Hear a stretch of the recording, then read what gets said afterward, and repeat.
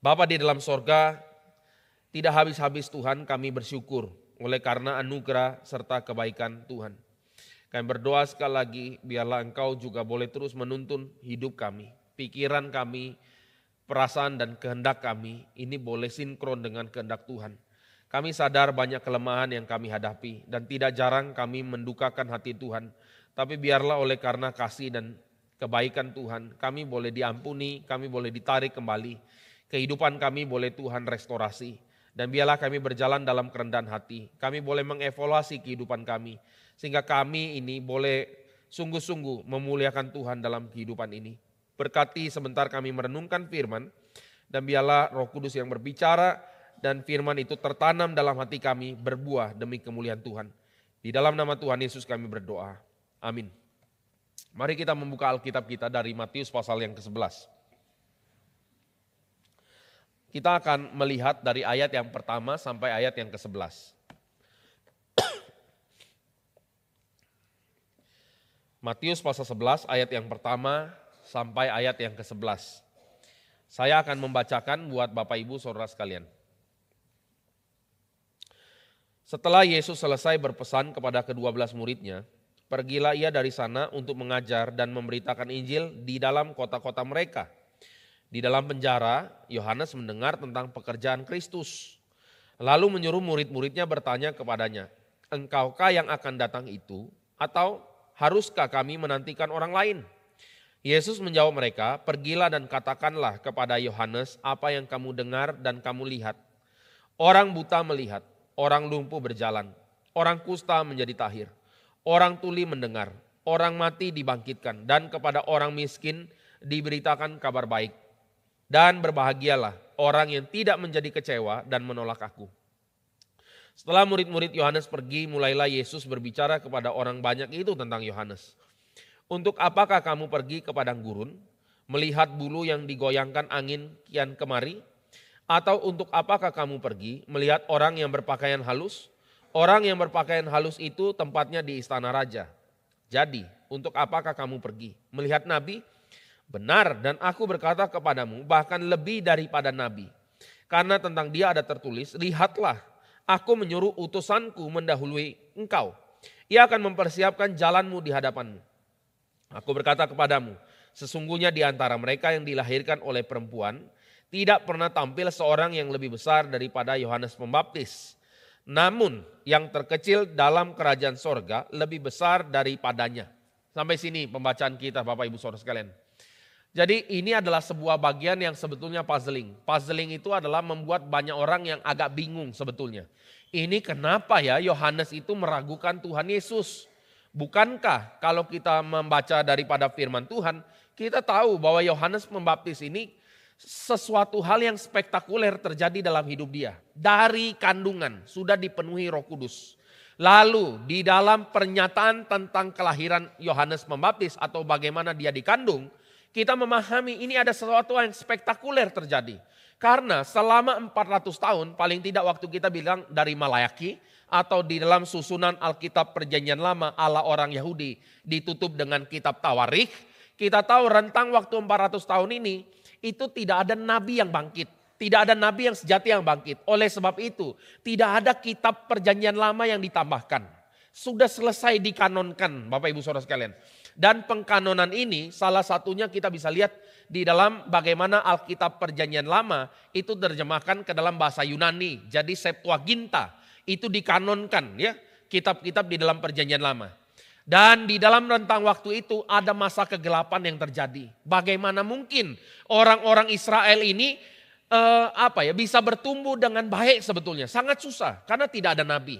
Memang mereka ada namanya kitab-kitab yang muncul di dalam masa 400 tahun ini. Pengharapan mesianik berakar kuat di dalam masa 400 tahun.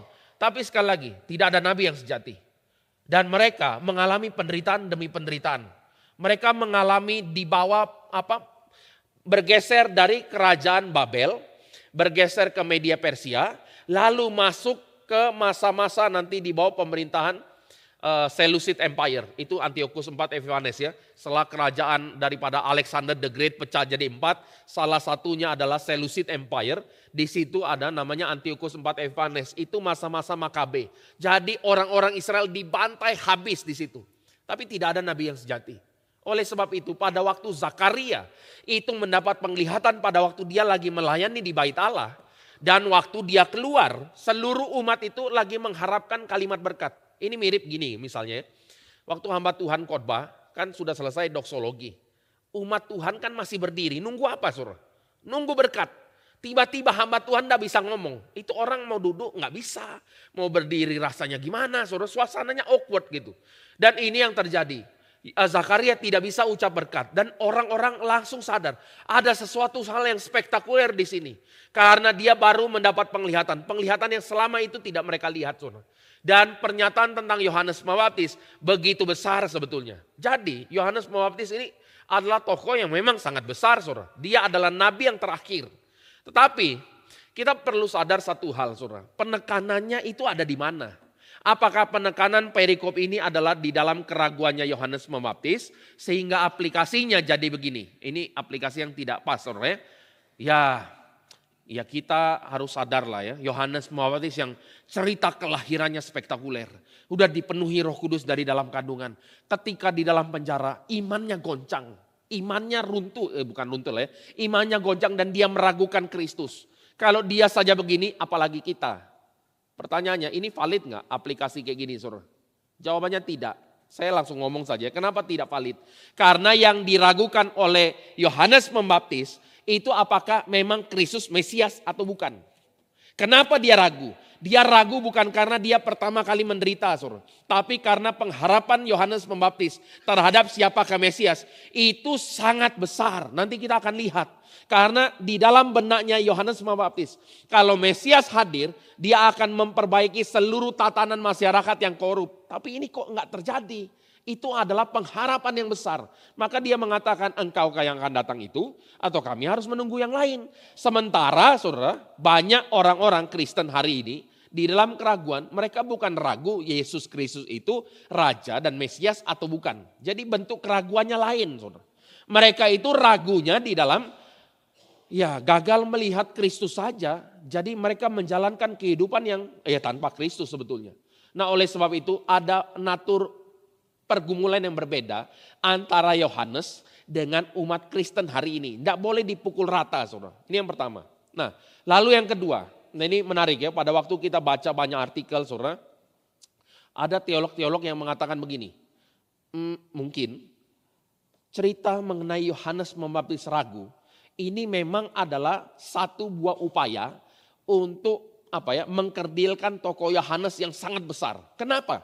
Karena di dalam kekristenan mula-mula ada persaingan antara murid Yohanes dan murid Tuhan Yesus. Maka mau digambarkan bahwa Yohanes yang besar itu imannya ragu kok. Tapi ini juga tidak faktual, saudara. Kenapa? Karena sebetulnya kalau kita mengerti dari konteks seluruh Matius, cerita tentang Yohanes dituliskan di dalam bagian ini fungsinya apa, saudara? Fungsinya justru ingin menguatkan umat Tuhan. Ingin memperlihatkan bahwa Yohanes ini yang terbesar yang pernah dilahirkan oleh seorang perempuan. Itu kata lainnya adalah manusia yang paling besar. Yohanes adalah manusia yang paling besar. Tapi penekanannya adalah yang terkecil di dalam kerajaan sorga lebih besar dari Yohanes Pembaptis. Ini penting kenapa saudara? Karena perikop sebelumnya. Mungkin masih ingat ya minggu lalu kita khotbah apa? Masih saudara baru 1 minggu masih fresh. Yaitu adalah bicara mengenai harga mengikuti Kristus. Yaitu dia adalah yang lebih prioritas dari segala sesuatu bahkan keluarga inti saudara. Ayah, ibu, anak dan lain sebagainya. Lalu Kristus adalah yang lebih prioritas dari nyawa. Kristus adalah yang berhak menerima segala kehidupan dan dedikasi kita. Bahkan sampai kita memikul kayu salib sendiri. Itu adalah perikop minggu lalu. Di dalam bagian ini saudara, ini dikomparasikan dengan Yohanes Pembaptis yang sedang mengalami penderitaan di dalam penjara. Dan memang dia ada keraguan. Tapi di sini Tuhan Yesus menguatkan bagaimana nanti pertanyaan Yohanes Pembaptis dijawab. Dan ini memberikan satu peneguhan bagaimana Yohanes yang besar itu ternyata tidak lebih besar daripada murid-murid Kristus. Ini kadang gagal dilihat di dalam bagian ini, saudara. Saya ajak kita coba renungkan ya. Menurut kita Yohanes Pembaptis besar enggak? Oh luar biasa, nanti kita akan renungkan lebih jauh berapa besar dia. Lalu kita tanya, kita bagaimana? Alkitab bilang, saudara, yang terkecil dalam kerajaan sorga lebih besar dari Yohanes Pembaptis. Amin.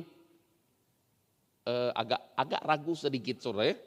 Karena kalau kita mau gambarkan kita lebih besar dari Yohanes Pembaptis, tunggu dulu, saudara. Lebih besar dalam artian apa ini? Nah, ini suatu hal yang kita perlu renungkan, saudara. Apa yang menjadi fitur utama dari Yohanes Pembaptis dan kenapa kita lebih besar dari Yohanes Pembaptis? Nah, ini yang kita mau renungkan pada pagi ini, saudara. Oleh sebab itu ya, kita pertama mau renungkan dulu siapa Yohanes Pembaptis. Kenapa dia sangat besar, saudara? Kita harus tahu, Yohanes Pembaptis itu lahir kira-kira tahun 4 sebelum Masehi. Dia lahir tahun 4 sebelum Masehi. Kita tahu dari mana, saudara? Karena Raja Herodes Agung, Herodes the Great, namanya the Great karena dia buat bait Allah yang besar, saudara. Herodes Agung meninggal itu tahun 4 sebelum Masehi. Catatan sejarah banyak sekali. Dan kita tahu Tuhan Yesus dan Yohanes Pembaptis lahir di dalam zaman Raja Herodes masih hidup. Oleh sebab itu, saudara, kita akan memahami dia lahir sekitar tahun 4 sebelum Masehi. Dan pada waktu dia lahir, dia itu dibesarkan di dalam sebuah tren ya, atau sebuah faksi atau sebuah komunitas yang mungkin paling mendekati komunitas daripada orang SNS. Di Israel sendiri ada 4 faksi, saudara. Faksi keagamaan. Kita perlu tahu, yang pertama itu golongan Saduki. Kalau kita baca Alkitab ini, beberapa waktu lalu saya pernah jelaskan, saudara. Golongan Saduki itu adalah golongan yang paling dekat dengan pemerintahan. Mereka adalah orang-orang yang bisa lobi pemerintahan Romawi. Mereka mendapatkan jabatan karena dekat dengan pemerintahan. Mereka jadi imam besar. Mereka itu kaya raya luar biasa besar, saudara. Jadi kita harus tahu ini natur yang memang ironis, saudara. Di negara manapun mirip. Yang dekat dengan pemerintah itu yang dapat kangtau. Betul kan, saudara? Jadi kalau kita lihat pengusaha-pengusaha yang bisa mendapat hak pengelolaan hutan. Ratusan hektar, ribuan hektar. Itu kayu ilegal logging dipotongin semua itu. Kalau dia tidak dekat dengan pemerintah mana mungkin, ya kan gitu. Jadi kita akan tahu jelas, saudara. Orang-orang yang dekat dengan kekuasaan biasanya kaya. Biasanya punya pengaruh politik. Tetapi kita akan lihat mereka itu mengkompromikan kebenaran. Sederhana saja, orang-orang Saduki. Lalu ada golongan yang berikutnya. Orang-orang Farisi, orang-orang yang fanatik agama, saudara. Orang-orang yang memandang orang lain itu sebenarnya semua adalah orang-orang yang kompromi. Bahkan orang Farisi melihat kita Israel ini masih dijajah Roma karena orang Israel yang lain itu tidak berdoa, tidak puasa, tidak pergi ke sinagog misalnya. Mereka tidak beribadah, mereka lalai persembahan, lalai perpuluhan, lalai melakukan sedekah dan lain sebagainya. Jadi orang Farisi sudut pandangnya begini. Ini adalah kategori orang-orang munafik kalau kita lihat di dalam Alkitab. Golongan ketiga adalah orang zelot. Orang-orang yang mulai benci dengan semua ketidakadilan itu. Yang melihat orang Saduki, melihat orang Farisi, kamu cuma bisanya ngomel saja. Kamu tidak melakukan sesuatu yang nyata gitu ya. Maka muncul orang-orang yang menjadi asasin. Mulai lihat ini pemungut cukai yang kita mau bunuh. Ini orang-orang yang kita mau sikat. Ini adalah tema-tema populer, saudara, dan selalu akan muncul di dalam struktur sosial masyarakat yang tidak ada keadilan. Akan muncul orang-orang yang akan bangun seperti ini. Contoh-contoh di dalam literatur misalnya Robin Hood, saudara. Kita akan lihat dia melawan pemerintahan. Kita lihat lagi tokoh-tokoh yang ada di dalam superhero itu rata-rata punya natur yang kayak gini, rebel terhadap pemerintahan, saudara. Karena apa? Karena dianggap berkompromi. Tapi ada golongan yang keempat, namanya SNS, saudara. Golongan SNS, ini golongan yang mulai memikirkan gini, kami ingin menyendiri saja, kami pergi membuat sebuah komunitas, mereka tinggal di gua-gua batu, saudara. Dan mereka itu tinggal di sana untuk apa? Memisahkan diri supaya hidup itu kudus, hidup itu suci, tidak mau ada polemik terhadap pemerintahan, tidak mau melihat kenajisan, tidak mau berbagian di dalam kenajisan. Mereka menyendiri dan mereka menjaga supaya hidup mereka itu suci. Itu orang SNS, saudara. Ini kayak petapa-petapa, biarawan-biarawati, itu kira-kira gini. Mereka tidak terlalu peduli dengan kekayaan, dengan uang, dengan fasilitas, dengan rumah baik, dengan mungkin akomodasi yang baik. Mereka tidak peduli, saudara. Yang mereka peduli adalah merenungkan firman Tuhan siang dan malam. Oleh sebab itu, tidak heran, saudara, orang SNS punya pekerjaan sangat penting yang mempengaruhi sejarah. Apa itu, saudara? Yaitu mereka mulai mencatat firman Tuhan. Mereka copy paste, ya. Mereka lakukan transmisi Alkitab, ya. Jadi mereka salin firman Tuhan ke dalam perkamen, manuskrip di dalam sebuah scroll dari kulit, saudara. Mereka tulis dan mereka masukkan ke dalam guci-guci, disembunyikan di gua-gua. Kenapa mereka lakukan ini? Mungkin mereka sudah melihat bagaimana peperangan yang terjadi itu mungkin sekali akan menghancurkan teks-teks firman Tuhan. Maka mereka preservasi ini. Jadi mereka tutup, saudara. Dan ada satu kejadian yang menarik, saudara. Tahun 1947. Ada beberapa anak-anak kecil dari suku Baduin. Mungkin tahu ya, orang-orang Baduin yang memang tinggal di daerah sana.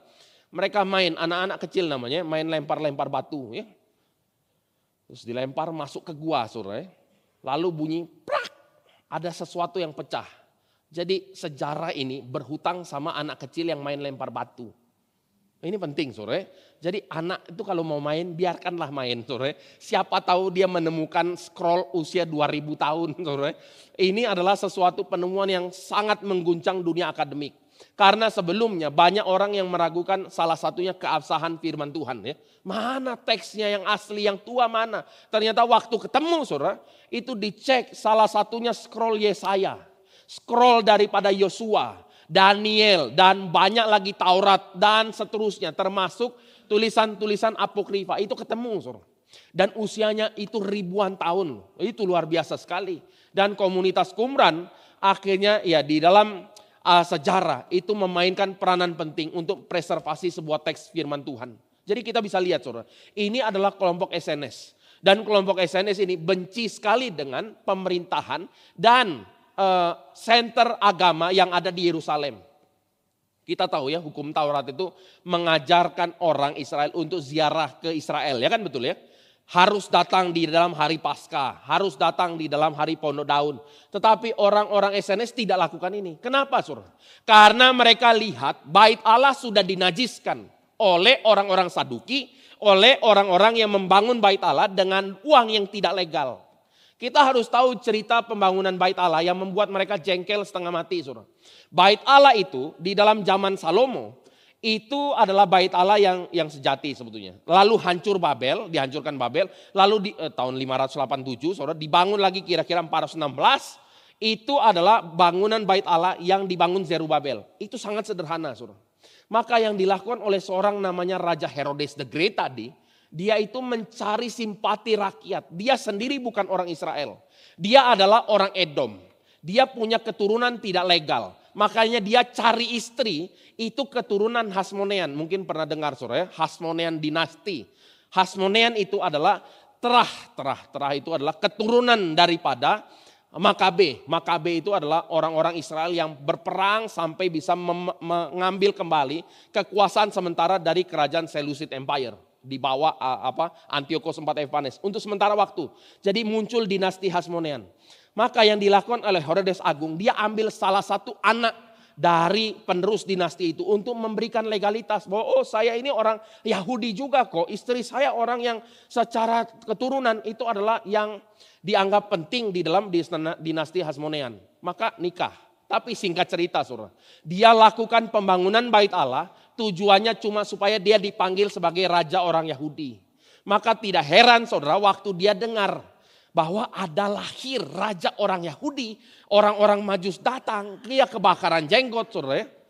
Ya, saya setengah mati bangun bait Allah gini, kamu bilang ada raja orang Yahudi yang lahir. Dia langsung insecure, saudara. Jadi kita harus tahu, kadang banyak orang yang berlindung di balik kekayaan. Berlindung di balik tahta, di balik kehormatan. Padahal mereka adalah orang-orang paling malang di bumi ini. Kenapa? Karena bagi mereka itu identitas mereka. Waktu itu disenggol, saudara, mereka insecure dan niatnya langsung mau bunuh. Sederhana sekali, saudara. Ini adalah jalannya dunia ini. Maka yang dilakukan oleh Herodes sama. Mulai tahun 19 sebelum Masehi, dia mulai membangun bait Allah. Dan kompleksnya, saudara, itu menjadi 2 kali lebih besar dari kompleks bait Allah yang dibangun Salomo. Bayangkan saudara, kompleks bait Allah berapa meter persegi saudara?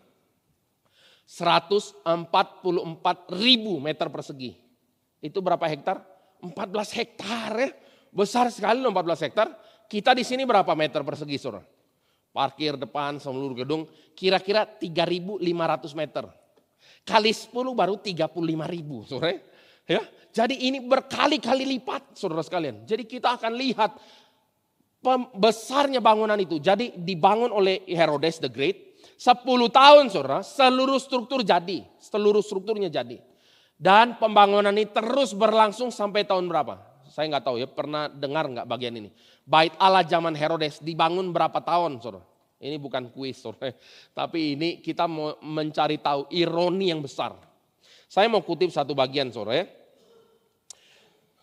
Di dalam Yohanes 2 itu 20 saudara, kalau saudara nanti lihat saudara, kita akan lihat ada sebuah pernyataan ya. Waktu Tuhan Yesus bilang, hancurkan bait Allah ini aku akan bangun dalam 3 hari, kalimatnya gini. Orang Yahudi berkata kepada Tuhan Yesus kalimatnya gini, 46 tahun orang mendirikan bait Allah ini dan engkau dapat membangunnya dalam 3 hari, itu tahun 27, itu belum selesai bait Allahnya saudara. Bait Allah itu selesai dibangun tahun 63. Jadi itu kira-kira kalau dibangun dari tahun 19 sampai 63 itu 82 sampai 83 tahun dibangun. Setelah itu dibangun semua, hancur tahun berapa bait Allah? Tahun 70. Jadi bangunnya 83 tahun dipakai full 7 tahun saja.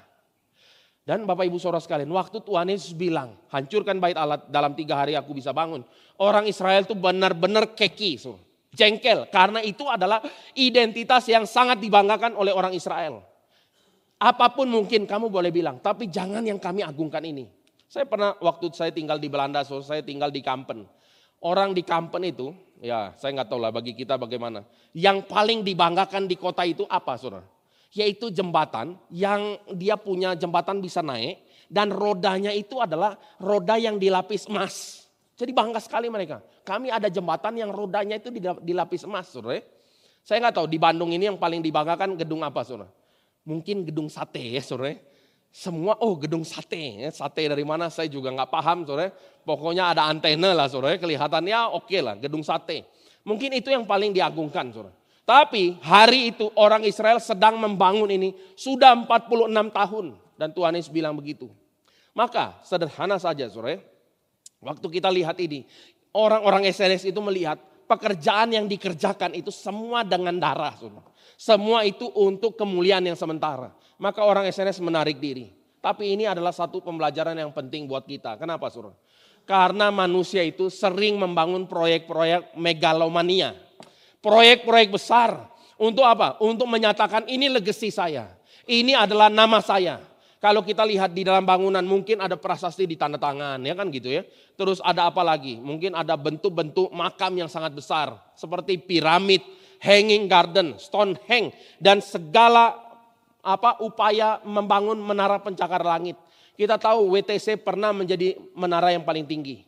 Lalu setelah itu ada Burj Khalifa. Nggak tahu lagi terus akan terjadi terus. Nah ini mungkin di dalam pencapaian manusia. Mau kasih tahu kami mempunyai arsitektur yang terbaik. Desain yang terbaik. Selalu ini saudara. Jadi manusia berlomba-lomba seperti itu. Membuat sebuah menara. Ratusan tahun bahkan beberapa gedung gereja itu dibangun. Tapi saya akan bicara ironi saudara. Ironinya apa? Semua manusia sepertinya ada elemen ini. Tadi yang mungkin orang-orang punya kuasa lakukan ini. Tapi orang-orang yang tidak punya apa-apa lakukan apa saudara? Saudara kalau jalan-jalan di situs-situs bersejarah selalu bisa lihat tulisan-tulisan di dinding, di tembok, di mana saudara. Tulisannya apa? Jack pernah di sini saudara ya. Itu vandalisme ya. Entah diukir di mana di mana saudara. Jack is here. Jack itu siapa? Enggak ada yang peduli. Betul enggak saudara? Enggak ada orang yang peduli. Mau Jack dan siapa saudara. Enggak ada yang peduli.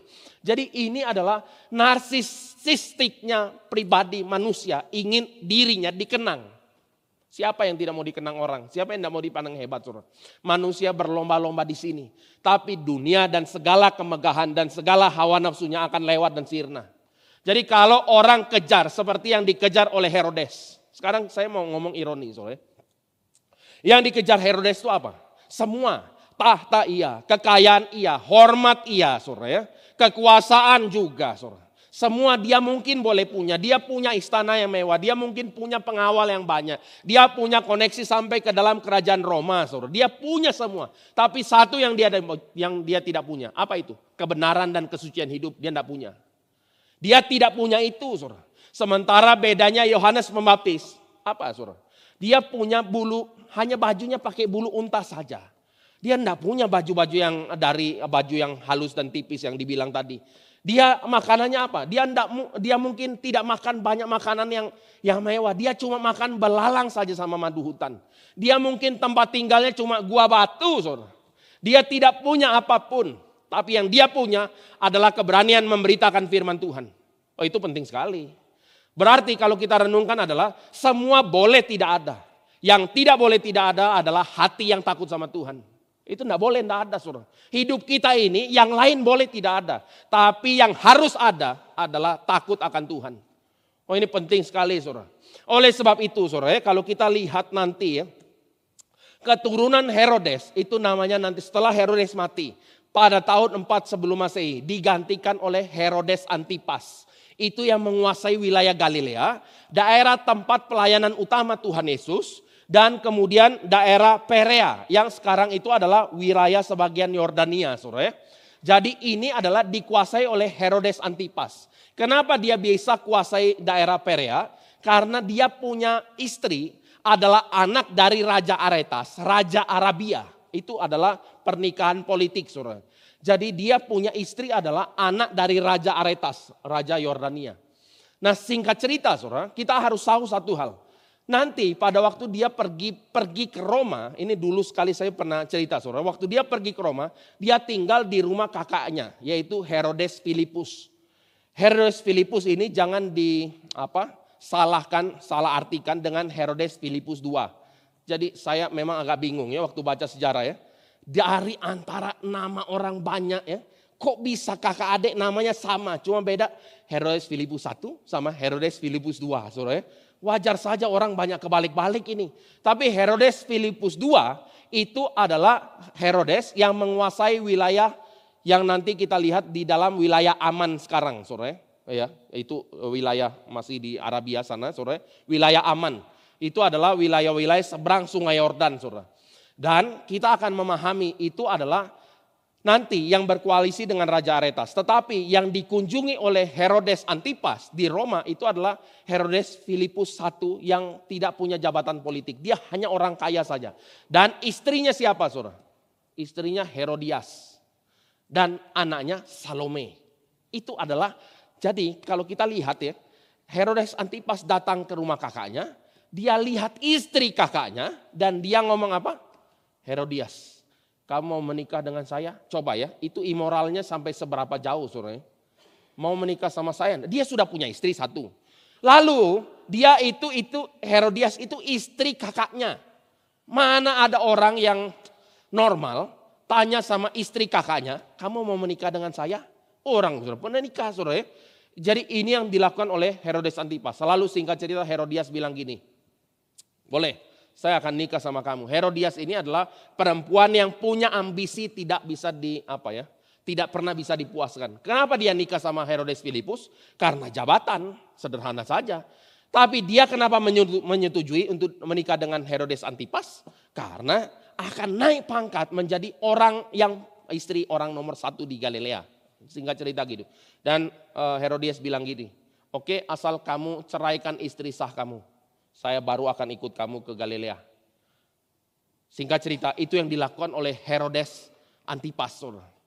Singkat cerita, waktu perbicaraan ini terjadi, ini ditulis oleh Yosefus, ini bukan cerita karangan. Waktu itu, entah bagaimana ceritanya, istrinya yang ada di rumah tahu plot daripada Herodes Antipas. Maka istrinya langsung pergi kabur. Dia kabur langsung pergi ke rumah bapaknya, Raja Aretas. Singkat cerita, waktu Herodes Antipas pulang, nah inilah masa yang membuat Yohanes Pembaptis itu akhirnya ditangkap. Kenapa, saudara?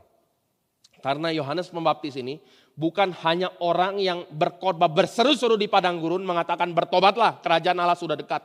Dia bukan saja orang yang mengatakan kepada seluruh orang Israel, mengatakan apa? Hei kamu keturunan ular beludak. Kamu pikir kamu bisa lari dari murka Allah yang menyala-nyala? Wah itu kalimatnya saudara. Itu di dalam Lukas, nanti di Markus dan di dalam Matius. Itu adalah kalimat yang refer kepada ahli Taurat dan orang Farisi. Jadi Yohanes Pembaptis itu galaknya luar biasa saudara. Dia bilang kalimat-kalimat ini misalnya kalau kita di ngomong ya. Misalnya kita di ngomong lah. Keturunan ular beludak. Satu bagi kita nggak tahu ular beludak itu apa kan saudara ya. Enggak sakit hati itu enggak saudara. Tapi di dalam konteks itu lagi dibilang kayak iblis. Kamu itu keturunannya iblis. Sakit hati enggak? Ya lumayan saudara ya. Tapi ini adalah kalimat yang benar-benar mungkin kita lebih sakit hati misalnya gini ya. Maaf ya ini contoh saudara. Hei kamu keturunan babi-babi. Itu sakit hatinya sampai celep gitu saudara. Kenapa? Karena meskipun babi enak saudara ya. Tapi kalau dibilang babi itu rasanya tuh dinajiskan sekali. Ini kurang lebih lah ya. Emosinya diprovok saudara. Tetapi kenapa orang-orang tetap cari Yohanes Pembaptis? Kenapa saudara? Karena dia bicara kebenaran itu saja saudara. Maka orang-orang tetap datang ke padang gurun cari Yohanes Pembaptis. Karena mereka tahu hidup mereka memang berdosa. Dan kalimat yang ada kuasa daripada Roh Kudus itu membawa banyak orang kembali kepada Tuhan. Maka Yohanes Pembaptis bilang, kapak sudah ditaruh di bawah akar pohon. Ini berarti murka Allah sudah menyala-nyala. Kamu masih berani jalankan hidup yang tidak kudus? Wah kalimatnya gitu. Kepada ahli Taurat dan orang Farisi. Ini gambarannya saudara, kalau dalam konteks kita sekarang. Misalnya ada KKR, hamba-hamba Tuhan datang saudara. Kalimat hamba Tuhan yang khotbah misalnya gini. Hamba-hamba Tuhan, kamu keturunan ular beludak, kamu pikir kamu bisa lepas dari murka Allah yang menyala-nyala? Siapa yang enggak keki saudara dimaki-maki gini. Tapi mereka tetap datang. Sebagian bertobat saudara. Tapi menariknya ya. Yohanes Pembaptis bukan hanya menegur rakyat Israel. Bukan hanya menegur orang-orang yang punya status agama yang tinggi. Tapi menegur orang nomor satu di wilayah dia. Yaitu Herodes. Dia bilang ya. Dia bilang tidak halal. Tidak halal engkau mengambil Herodias. Tidak halal engkau mengambil istri saudaramu. Itu di dalam Markus 6 ayat 17 sampai 20. Saudara. Kalimat yang menusuk Herodes, saudara, Antipas. Itu dinyatakan oleh Yohanes Pembaptis.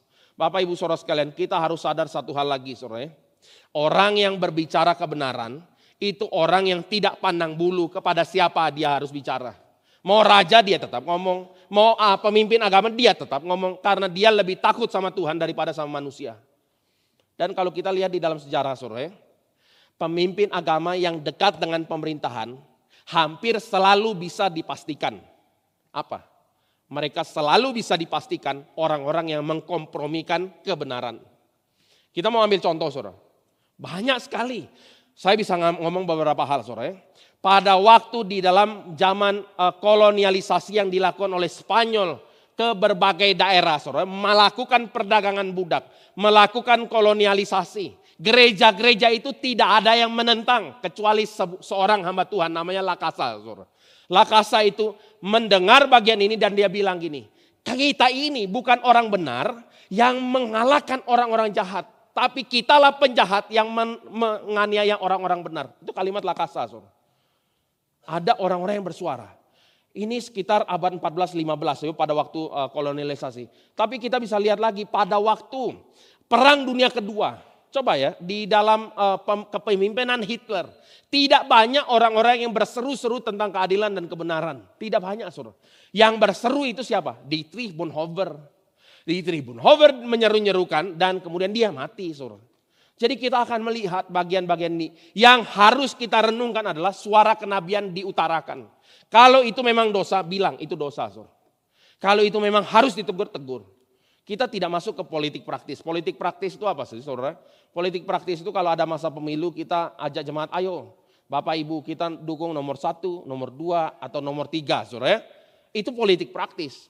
Tapi orang yang menyuarakan kebenaran, misalnya presiden kita terkait dengan urusan kemanusiaan tahun 98. Itu tidak bisa disangkal saudara. Dan kita lihat jelas apa yang dilakukan pemerintah hari ini. Apa itu? Menteri Pariwisata atau Kebudayaan, Fadlizon. Dia bilang apa? Pemerkosaan massal tahun 98. Tidak terbukti. Kalimatnya itu. Lah, coba lihat ya. B.J. Habibie saja waktu pidato dia bilang kok itu. Ini bagaimana sih? Tapi kita akan lihat ini sederhana saja. Ini upaya sistematis yang dilakukan oleh pemerintah korup untuk membalikan sejarah. Memang selalu dikerjakan itu, saudara. Ini kita tidak usah bingung lagi. Tapi balik lagi, saudara. Kita bisa lihat Yohanes Pembaptis bicara lantang sekali, maka dia dipenjarakan. Nah, di dalam konteks inilah, saudara, kita lihat masuk sekarang dari tadi kita bicara untuk merenungkan ayat 2. Pasal 11 ayat 2, saya bacakan lagi sore. Di dalam penjara Yohanes mendengar tentang pekerjaan Kristus. Dia mendengar pekerjaan Kristus yang didengar adalah yang kita sudah renungkan dari minimal pasal 4 ya. Dari sejak masuk ke dalam padang gurun sampai Tuhan Yesus itu mengajar di dalam pasal 10. Kita tahu semua ini, saudara. Ini yang kurang lebih didengar oleh Yohanes Pembaptis. Tapi kenapa ya dia akhirnya bertanya, engkau yang akan datang atau haruskah kami menantikan orang lain? Saudara, ini bukan bicara mengenai keraguan karena dia kok menderita. Sementara Kristus kenapa tidak bela dia? Bukan itu, saudara. Tapi penderitaannya adalah karena dia punya pengharapan kepada Mesias. Itu sangat teramat besar. Sangat teramat besar, saudara. Saya akan kutip beberapa tulisan daripada Letter Judaism atau tulisan-tulisan Yudaisme, saudara. Saya ingin ajak kita paham dan ini sound di dalam banyak bagian di dalam Perjanjian Lama. 2 Baruk 40 ayat 1 sampai 3. Saya bacakan summary-nya gini ya. Ini bicara mengenai pemimpin jahat yang terakhir. Itu dibiarkan hidup sementara pasukannya ditebas dengan pedang. Dan pemimpin jahat itu akan diikat dan dibawa ke Gunung Sion. Dan kemudian Sang Mesias akan menghakimi dia dan semua kejahatannya dan semua kroni-kroninya dihabisi semua.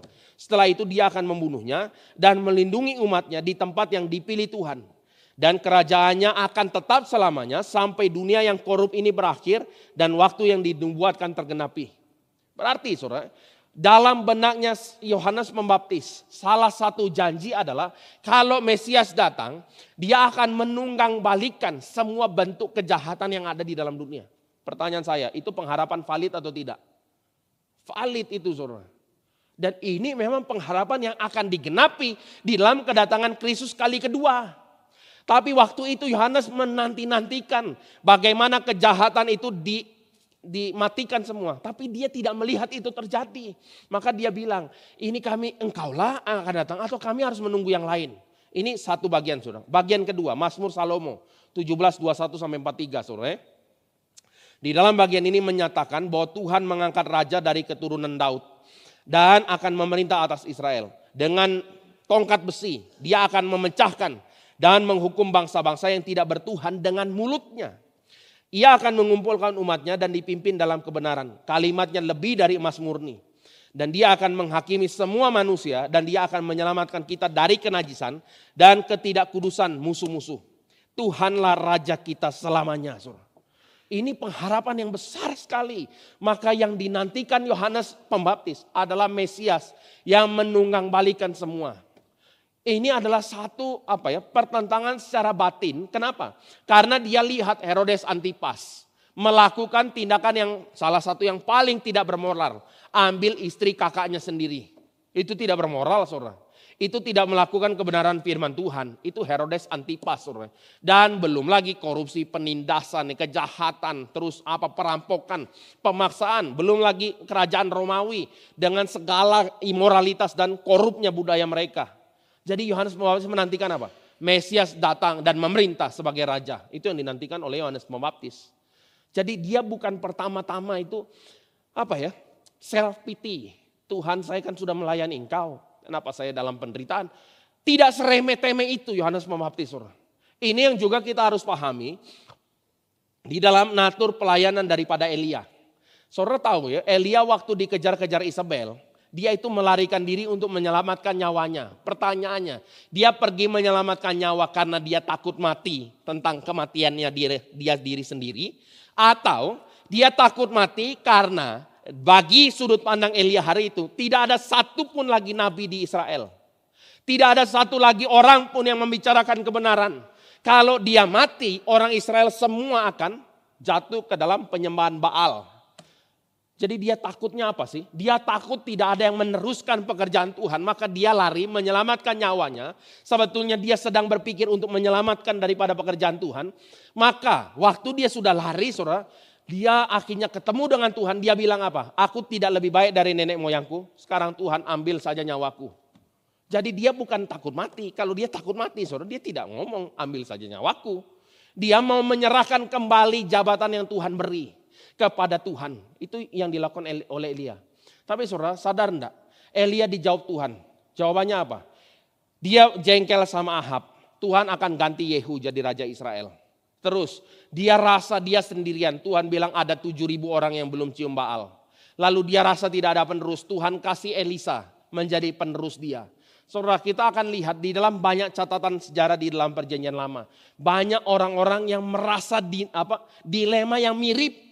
Tuhan kok enggak datang-datang. Itulah yang membuat Yeremia juga mengeluh. Itulah yang membuat Habakuk mengeluh. Ini juga yang membuat Yohanes Pembaptis mengeluh. Tapi Bapak Ibu Saudara sekalian, berita sukacitanya apa? Berita sukacitanya ya. Tuhan memberikan jawaban kepada murid-murid Yohanes Pembaptis untuk menjawab Yohanes Pembaptis punya keraguan. Jawaban yang ada di dalam ayat 4 sampai 6. Itu sebetulnya bukan hanya sekedar jawaban biasa, saudara. Tapi ini adalah jawaban yang menyatakan penggenapan terhadap nubuatan yang ada di dalam Yesaya 35 dan Yesaya 61. Saya mau bacakan bagian ini, saudara. Jadi Tuhan Yesus menjawab daripada Yohanes Pembaptis dengan kebenaran firman. Sekali lagi ya, kalau kita tidak baca firman, kita tidak mengerti. Ini jawabannya relevansinya apa? Ditanya kamulah yang akan datang itu, atau kami harus menunggu yang lain? Jawaban Tuhan Yesus, pergi katakanlah kepada Yohanes apa yang kamu dengar dan lihat. Orang buta melihat, orang lumpuh berjalan, orang kusta tahir, orang tuli mendengar, orang mati dibangkitkan, dan kepada orang miskin diberitakan kabar baik. Itu jawab pertanyaan yang di atas enggak? Pertanyaannya kan sederhana, sayalah dia atau bukan? Ya kan gitu kan saudara? Tapi jawaban Tuhan Yesus itu kan ditanyanya apa, rasa-rasanya jawabnya kan yang lain, saudara. Tapi tidak, saudara. Jawaban ini bukan jawaban yang ngaco, saudara. Tapi jawaban yang refer kepada nubuatan Yesaya. Saya mau baca ya, saudara. Yesaya 35, 5 sampai 6 dulu. Pada waktu itu, mata orang buta akan dicelikan. Telinga orang tuli akan dibuka. Pada waktu itu, orang lumpuh akan melompat seperti rusa.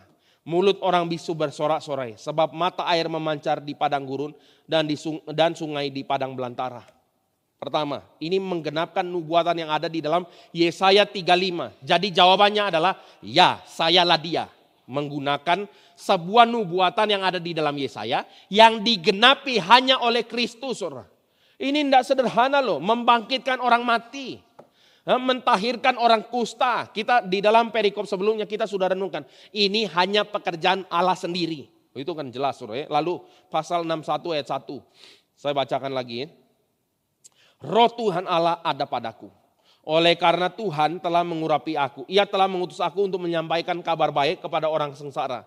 Merawat orang-orang yang remuk hati. Untuk memberitakan pembebasan kepada orang-orang tawanan dan kepada orang yang terkurung kelepasan dari penjara. Memberitakan tahun rahmat Tuhan dan hari pembalasan Allah kita untuk menghibur semua orang berkabung. Nah, ini di dalam bagian ini refer dari memberitakan apa? Dan kepada orang miskin diberitakan kabar baik, saudara. Ini adalah summary daripada 61 ayat 1. Jadi kita harus jelas tahu, saudara. Tuhan Yesus refer kepada Yesaya untuk kasih tahu kepada Yohanes Pembaptis yang lagi bergumul.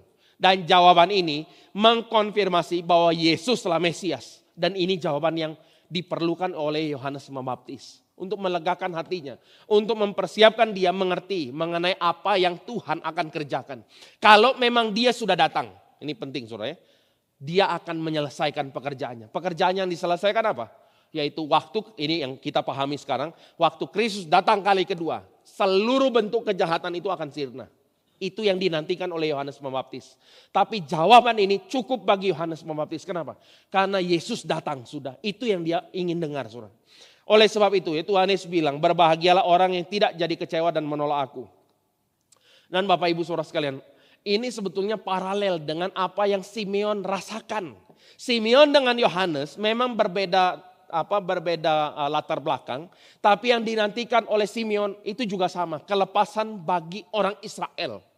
Itu yang dia nantikan tahunan, saudara. Kelepasan bagi orang Israel. Yang dinantikan kelegaan, saudara. Kelepasan daripada dosa sebetulnya ya. Kalau kita ngomong keselamatan yang ultimat. Dan ini yang Kristus kerjakan. Kedatangan Kristus kali pertama itu sangat luar biasa penting, saudara. Melepaskan umat dari dosa mereka. Melepaskan umat dari tangan penjajah itu enteng, saudara. Tapi melepaskan umat dari dosa mereka, dia harus mati di atas kayu salib. Maka kita jangan salah paham mengenai natur kedatangan Kristus. Kristus datang mengerjakan ini. Dan Simeon ya, setelah dia tahu siapakah Kristus. Ini saya asumsi ya. Yohanes Pembaptis, waktu dengar jawaban Tuhan Yesus, dia pun merasa kayak gini. Simeon bilang ya, sekarang Tuhan, biarkanlah hambamu ini pergi dalam damai sejahtera sesuai dengan firman-Mu. Sebab mataku telah melihat keselamatan yang daripadamu, yang telah engkau sediakan di hadapan segala bangsa. Yaitu terang yang menjadi pernyataan bagi bangsa lain dan menjadi kemuliaan bagi umat-Mu Israel. Biarkanlah hambamu ini pergi dalam damai sejahtera. Orang yang sudah mengetahui siapakah Kristus, apa yang dia kerjakan, apa yang dia nyatakan, saudara, dia akan mendapatkan damai sejahtera yang sangat amat besar, saudara. Oleh sebab itu ya, ketika kita mengerti siapakah Kristus, sekali lagi, tidak ada pergumulan yang terlalu besar yang kita tidak dapat tanggung. Tidak ada masalah yang terlalu besar yang tidak bisa diselesaikan di dalam Kristus. Tidak ada satu pengharapan yang terlalu sulit yang kita tidak dapat temukan di dalam Kristus. Ini adalah bagi orang yang kenal siapa Kristus. Sekali lagi, saudara, yang dihadapi oleh umat Tuhan apa? Sebuah natur penderitaan yang lebih besar daripada yang dialami oleh Yohanes Pembaptis. Tapi Yohanes Pembaptis yang diberikan jawaban, konfirmasi bahwa Yesus adalah Mesias, itu melegakan dia, terlebih lagi kita. Kenapa? Karena kita ini bukan hanya orang yang siapkan jalan buat Tuhan Yesus, saudara. Itu kenapa Yohanes Pembaptis dibilang yang paling besar dari yang pernah dilahirkan. Karena dialah orang yang mempersiapkan jalan buat Tuhan Yesus. Sementara kita siapa, saudara? Kita adalah warga kerajaan sorga. Kalau gambaran ini tidak cukup, saudara, kita ini adalah anggota tubuh Kristus dan Kristus adalah kepala. Relasi apa lagi yang lebih kuat daripada gambaran sebagai sebuah tubuh? Kepala dengan tubuh. Itu kalau tidak ada kepala mati dong, saudara ya. Jadi ini sudah gambaran yang sangat kuat antara kita dengan Kristus. Itu anugerah besar, saudara. Oleh sebab itu ya, kita perlu gumulkan satu lagi. Yaitu apa? Yohanes Pembaptis besar sekali bukan karena dia buat mujizat. Bukan karena dia membelah laut merah seperti Musa, saudara. Bukan karena dia memimpin pasukan perang seperti Yosua yang mengalahkan orang-orang Kanaan. Bukan seperti Elia yang menurunkan api dari langit. Yang membangkitkan orang mati. Bukan, saudara. Dia lebih besar daripada semua itu. Kenapa? Karena dialah yang mempersiapkan jalan bagi Kristus. Persiapkan jalan bagi Kristus dengan cara bagaimana? Apa yang dikerjakan? Sehingga dia dikatakan besar di antara seluruh yang dilahirkan dari seorang perempuan. Apa yang dikerjakan? Berkhotbah, menyatakan kebenaran, menegur dosa. Itu yang dilakukan oleh Yohanes Pembaptis. Sehingga kalau kita evaluasi lagi kekristenan hari ini. Kekristenan hari ini itu bukannya maju menjadi makin kenal Tuhan. Tapi makin mundur karena yang dinyatakan Alkitab tidak dilihat. Penekanan paling utama tidak ditekankan. Mengenai menegur dosa tidak dinyatakan. Gerejanya menekankan hyper grace, hancur-hancuran. Menekankan karunia, menekankan kemakmuran, kesehatan, lain sebagainya. Ini gereja ini bukan gereja, saudara. Itu gereja yang menghancurkan iman jemaat Tuhan. Kenapa? Karena suka atau tidak, cepat atau lambat, semua manusia pasti alami penderitaan. Pasti. Pasti, saudara. Tidak ada jalan untuk keluar dari penderitaan. Baca saja kitab Pengkhotbah, saudara. Banyak kok pergumulan hidup. Banyak, saudara. Tapi sekali lagi, hanya orang di dalam Kristus saja yang boleh menghadapi semua ini dengan keyakinan teguh di dalam Kristus. Itulah sebabnya, saudara, kita perlu sadar satu hal. Kalau Yohanes saja, dia boleh tidak ada apapun selain takut akan Tuhan dan memberitakan firman. Kita ini lebih lagi, saudara. Kita ini boleh tidak ada apapun, tapi yang penting kita punya Kristus di dalam hidup kita. Itu penting sekali, saudara. Dan oleh sebab itu, saudara, kita mau lihat satu bagian lagi ya. Tuhan Yesus mengkonfirmasi bahwa Yohanes Pembaptis yang terbesar di antara seorang yang pernah dilahirkan dari perempuan. Tapi yang terkecil di dalam kerajaan sorga lebih besar dari Yohanes Pembaptis. Siapa itu? Jawabannya, Bapak Ibu siap atau tidak, suka atau tidak, jawabannya adalah kita. Kita adalah orang yang terkecil yang digambarkan oleh Tuhan Yesus lebih besar daripada Yohanes Pembaptis. Tapi pertanyaan yang paling sulit untuk dijawab, apakah itu betul realita ini di dalam hidup kita? Benarkah kita orang-orang yang lebih besar dari Yohanes Pembaptis itu? Bukan karena kita lebih hebat, bukan karena kita lebih besar kuasa pelayanan apa semua. Tapi harusnya karena memang Roh Kudus berdiam dalam hidup kita yang menuntun kita ini dalam kekudusan. Bekerja untuk kemuliaan Tuhan, membawa orang kepada Kristus. Harusnya ini yang terjadi. Tapi ya ini bagian yang kita renungkan. Nah, menutup bagian hari ini sore, saya ingin ajak kita melihat ya akhir daripada kisah antara Herodes Antipas dengan Yohanes Pembaptis. Setelah Herodes Antipas ditegur Yohanes Pembaptis, dia mungkin adalah golongan suami-suami takut istri, sore. Karena di dalam catatan firman Tuhan, Herodes ini senang dengar teguran daripada Yohanes Pembaptis. Jengkel juga, tapi senang waktu dengar firman. Tapi istrinya kan koar-koar, sore. Akhirnya ditangkaplah Yohanes Pembaptis, dipenjarakan. Nah, celakanya pada waktu hari ulang tahun Herodes, si Herodias itu sudah buat sebuah plot, sore. Bagaimana caranya, dia tahulah suaminya ini adalah orang yang genit mungkin ya, orang yang bagaimana sore, yang gampang tergoda. Maka anaknya Salome disuruh nari-nari sore. Dan kemudian Herodes bilang, apapun aku akan kasih, separuh kerajaan juga dikasih. Terus Salome udah tahu pesan sponsor dari mamanya ya kan gitu ya. Tanya dulu ke mama, minta apa ma? Mamanya minta kepala Yohanes, coba bayangkan ya. Ini kan tidak masuk akal saudara, tapi inilah yang terjadi. Akhirnya Salome minta dan diberikan kepala Yohanes Pembaptis. Tapi Bapak Ibu Saudara sekalian, ada satu bagian yang ironis ini. Dicatat oleh Yosefus, ya. Yosefus mencatat setelah peristiwa kematian Yohanes Pembaptis, ada satu hukuman Tuhan yang diberikan bagi Herodes Antipas, yaitu apa? Raja Aretas. Dia punya besan, ya, dia punya mertua, Saudara. Dia punya mertua angkat senjata melawan daripada Herodes Antipas. Dan koalisi dengan kakak Herodes Antipas yaitu Herodes Filipus. Dia koalisi, pasukannya bergabung dan mengalahkan daripada Herodes Antipas. Herodes Antipas waktu itu lagi minta tolong kepada Tiberius. Tapi nggak bisa, tidak lama mati. Terus Caligula ganti, dia minta tolong tidak diacuhkan saja, tidak diperdulikan. Akhirnya apa? Herodes Antipas menjadi raja yang tidak punya kekuasaan. Dia dipermalukan di dalam hidupnya.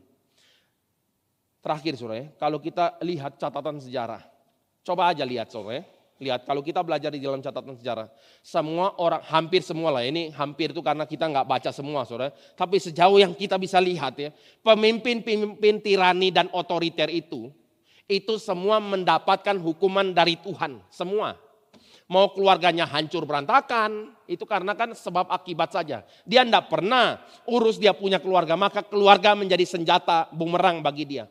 Entahkah dia dihancurkan oleh pihak lawan, dia dimatikan orang, kita akan lihat satu-satu seperti ini. Kalau kita tanya saudara, di mana Hitler seorang pemimpin tirani yang bunuh jutaan manusia itu di mana?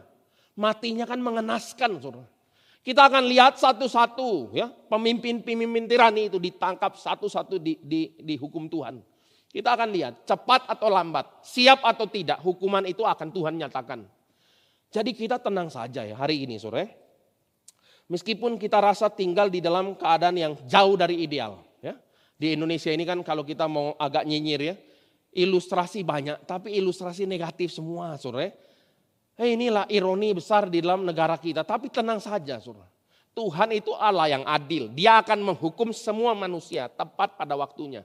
Dan kalau penghukuman itu dinyatakan oleh Tuhan, itu ngeri betul saudara. Karena siapa yang bisa meluputkan diri dari tangan Tuhan? Hakim yang adil. Matanya tidak pernah lewat melihat daripada semua orang saudara. Dia akan lihat semua. Dan segala kejahatan, segala kekotoran, segala kompromi itu akan nyata di hadapan Tuhan. Dan Tuhan akan menghukum semua orang yang tidak takut kepada dia. Tapi bersyukur kita adalah orang-orang yang ditebus saudara. Kita boleh kembali kepada Tuhan. Tapi juga dengan perasaan yang gentar. Gentar itu maksudnya apa?